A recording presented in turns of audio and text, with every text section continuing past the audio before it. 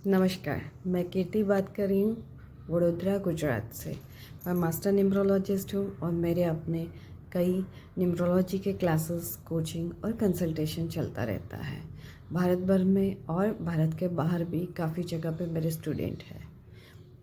ये हुई मेरी बात। अब अगर मैं एस्ट्रोलॉजी की बात करती हूँ, ऐसे विश्री एस्ट्रो वास्तु की बात करती हूँ, तो यस, पंडित जी से मेरी मुलाकात आज से तकरीबन 1 साल पहले हुई थी। जब पंडित जी से मेरी मुलाकात हुई, बातें होने लगी, तब उन्होंने कहा कि मैम आप न्यूमरोलॉजी प्रैक्टिस कर रहे हो तो साथ साथ में आप एस्ट्रो वास्तु भी कीजिए। सो कहीं ना कहीं मुझे था कि अरे, एस्ट्रोलॉजी सीखना मतलब कितना सारा कैलकुलेशन होगा, काफ़ी दिक्कतें आएगी, बहुत मुश्किल होगा सीखने में। पर पंडित जी ने कहा कि नहीं, ये भी काफ़ी आसान है। जितना आपकी न्यूमरोलॉजी आसान है, उतना ही आसान एस्ट्रोलॉजी है। बिलीव मी, उस वक्त तो मुझे उनकी बातों पे यकीन नहीं हुआ। सो मैंने कहा कि सर मैं सोचती हूँ, मैं आपको कंफर्म नहीं बता पाऊँगी। तो उन्होंने कहा कि आप ऐसा क्यों नहीं करते, पहले आप ही इसकी रेमेडीज़ ट्राई कीजिए। और उन्होंने सबसे पहले मुझे गुड फाइनेंस की रेमेडी दी और उस रेमेडी को करने से मुझे जो रिज़ल्ट मिले, दैट इज़ अनबिलीवेबल। सच में वो रेमेडीज़ काम करती है और सिर्फ काम नहीं करती, बहुत ही कम समय में, मतलब मैक्सिमम 15 दिन या 1 महीने के अंदर हमें उसका असर दिखने लगता है। तो मुझे वो काफ़ी पसंद आया। तो मैंने सोचा क्यों ना न्यूमरोलॉजी के साथ साथ अगर मैं ये भी विद्या सीख लेती हूँ, तो ये ब्रह्मास्त्र अगर मेरे पास आ जाता है, उसको अच्छे से आत्मसात कर लेती हूँ, तो मैं अपने कस्टमर्स का और ज़्यादा हेल्प कर पाऊँगी, उनको और ज़्यादा सपोर्ट कर पाऊँगी।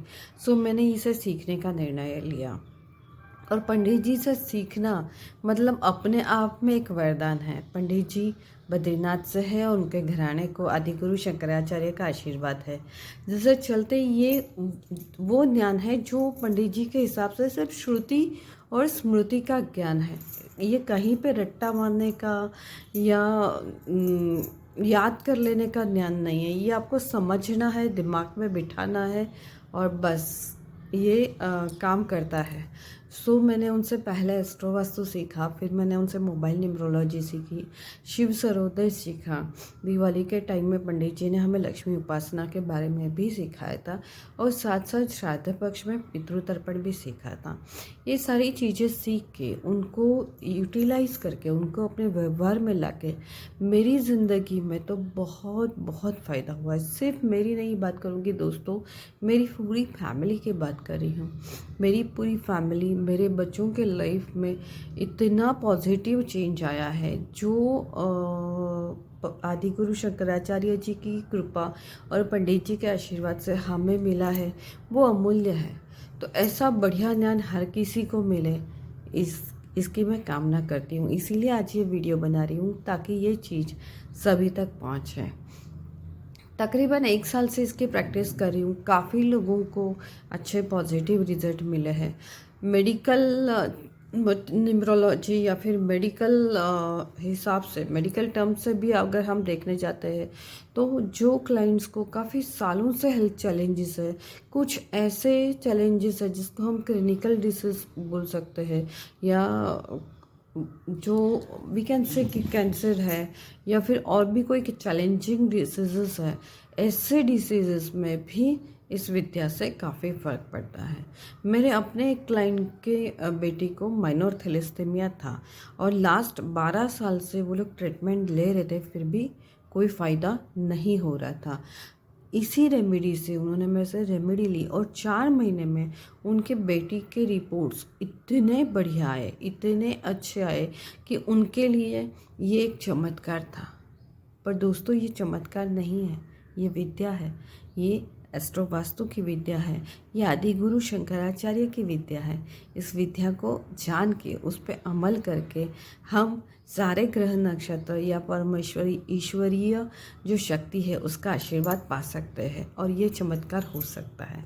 कई लोगों के हेल्थ प्रॉब्लम्स दूर हुए, कई लोगों के फिनेंशियल प्रॉब्लम दूर हुए, कई लोगों के रिलेशनशिप को इम्प्रूव करने में हेल्प मिली है। तो ऐसी ये बहुत बढ़िया विद्या है। इसको सीखने से हर किसी का फ़ायदा हो सकता है। अगर आप में से कोई प्रोफेशनल प्रैक्टिस नहीं भी करना चाहते, तब भी आप इसको ज़रूर सीखिए, क्योंकि इसको सीखने से आप अपने और अपने फैमिली मेम्बर्स की हेल्प कर पाएंगे। बिलीव मी, ये पक्का होगा और आज के ज़माने में ज़रूरी है। साथ साथ पंडित जी पंचांग की भी बात करते हैं। पंचांग तो हमने सोचा भी नहीं होगा कि सिर्फ कौन से तिथि पे जन्म हुआ या कौन से नक्षत्र में जन्म हुआ है, तो इससे हमारी ज़िंदगी में क्या फ़र्क पड़ता है, या फिर हमारे किसी भी महत्व के काम को, किसी भी इम्पोर्टेंट काम को हम कौन से दिन शुरुआत करते हैं, कौन से टाइम पे शुरुआत करते हैं या किस मुहूर्त पे शुरुआत करते हैं, उससे काफ़ी इफ़ेक्ट आता है उस व्यक्ति की या फिर उस वस्तु के होने पे, उसके रिजल्ट पे। यस दोस्तों, ये बहुत मैटर करता है।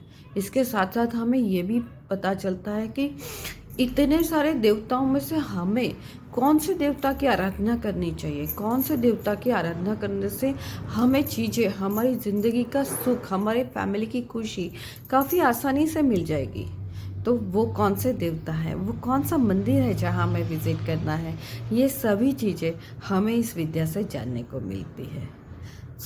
मैं फिर से एक बार सबसे अनुरोध करना चाहूँगी कि पक्का आप सभी इस विद्या को सीखिएगा और अपने फैमिली मेम्बर्स के जीवन को खुशियों से भरिएगा। नमस्कार।